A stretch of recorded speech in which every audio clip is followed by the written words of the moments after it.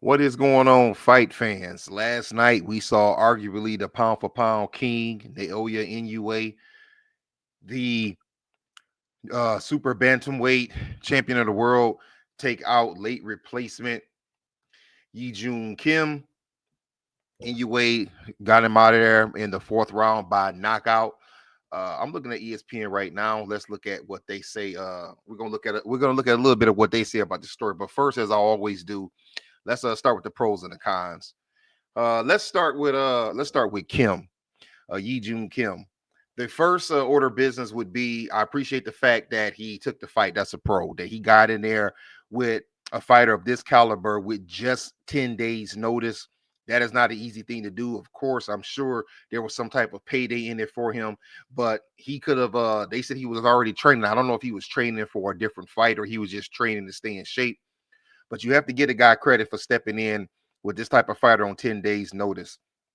I do like the fact that in the third and fourth round, he began to throw more punches because I did not like how stagnant he was in the first two. He did begin to throw more punches, and it did seem to me that he came in there to win. As for the cons for Kim, I did not like that he was standing right in front of Inoue. We know that he is a deadly puncher.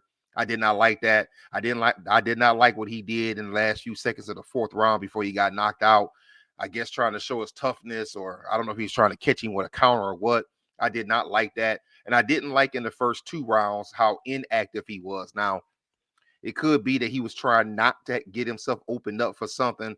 But I think that if he would have been a little more active, took some through changed the speed up on his punches, maybe he could have hung in there a little bit longer. No, don't mistake, I didn't think that he could have won this fight, but maybe he could have changed the outcome just a little bit. As for Naoya Inoue, the pros would be I like the fact that he was in there with a guy on 10 days notice, and you can tell very early in the fight that he wanted to end this fight. He wanted to get Kim out of there. He was not trying to carry him 7, 8, or 12 rounds.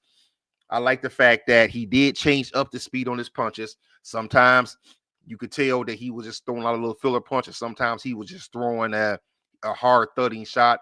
And I like the body work. I like that he was going to the body to basically try to bring Kim's hands down. As for the cons, I didn't like the way that Inoue, particularly in the second round, to me looked impatient. He looked like he was just really itching to get uh, Kim out of there, and he was not really necessarily going with a game plan. I think he knew that he had a dead man in front of him. All due respect to Kim, but he knew that he was going to knock him out. I didn't like how impatient Inoue looked.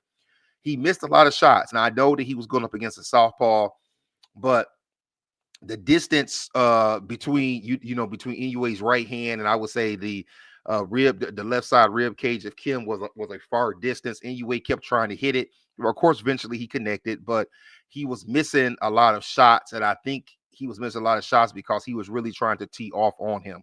We'll talk about the fight in the first two rounds. It was the first round was definitely more of a filler round. Inoue began to step it up a little bit in the second. Kim caught him with a nice straight left hand. He even stuck out his tongue at him to show him that he got him. And then in the third and fourth rounds in UA, I think he caught onto his speed, he caught onto his rhythm, and he began to really get close, get his footing in the right place, and he began to hit him with hard shots. Kind of remind me of a few months ago when Gervonta Davis was fighting Frank Martin. Frank Martin was giving him problems, but once Gervonta caught up with him, he began to just corner him and throw those hard shots.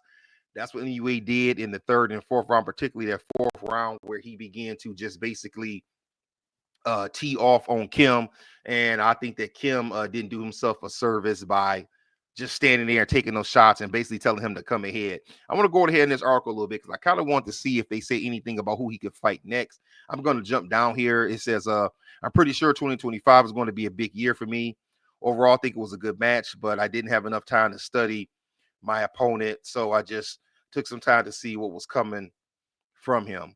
It says anyway, who was ranked number 3 in ESPN's pound for pound, can now concentrate on a bigger fight for later this year and could face Mexican Alan Picasso, who is 31, 0-1 with 16 knockouts, the WBC's number 1 challenger in Vegas. So that's what I want to see. What was the fight that they were possibly talking about?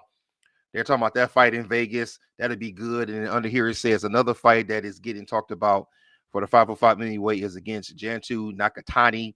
his fellow countrymen. And now Nakatani, for any of you who may not know, he's a bantamweight right now. We need to see that fight. It maybe probably not in Vegas, but later this year in Japan. I think that would be a huge fight, and I think that those would be two good fights for Inoue. But what I wanted to do is I wanted to. I know I kind of already talked about some of the things that happened in the fourth round, but I want to take some time and look at the last minute of that fourth round and just kind of so you and I can all experience this knockout together. Let me get my screen together. There we go. Now, this is the last minute of the fourth round. And what do we see? We see, like I said, Inoue putting the pressure on him. Kim got caught with a good left hand there. And this is right here where he started to mess up. I didn't understand what he was doing right here. Standing against the ropes like that. Ask Inoue to come in again, teed off on. And this is what did him in right here. Boom. Inoue caught him with kind of a grazing left hook. And then that straight right hand, I mean, it was spot on the chin. That's not even one of those shots that he can recover from.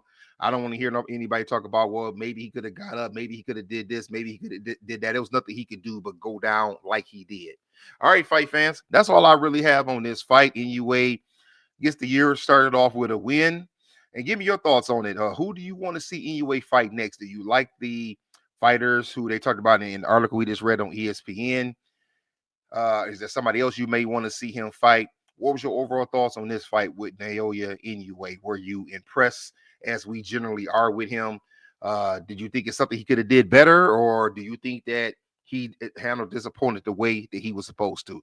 All right, if you haven't already, like, comment, subscribe over here on YouTube. Hit the notification bell so we can keep talking boxing. That's pretty much all I have for this one, fight fans. Peace.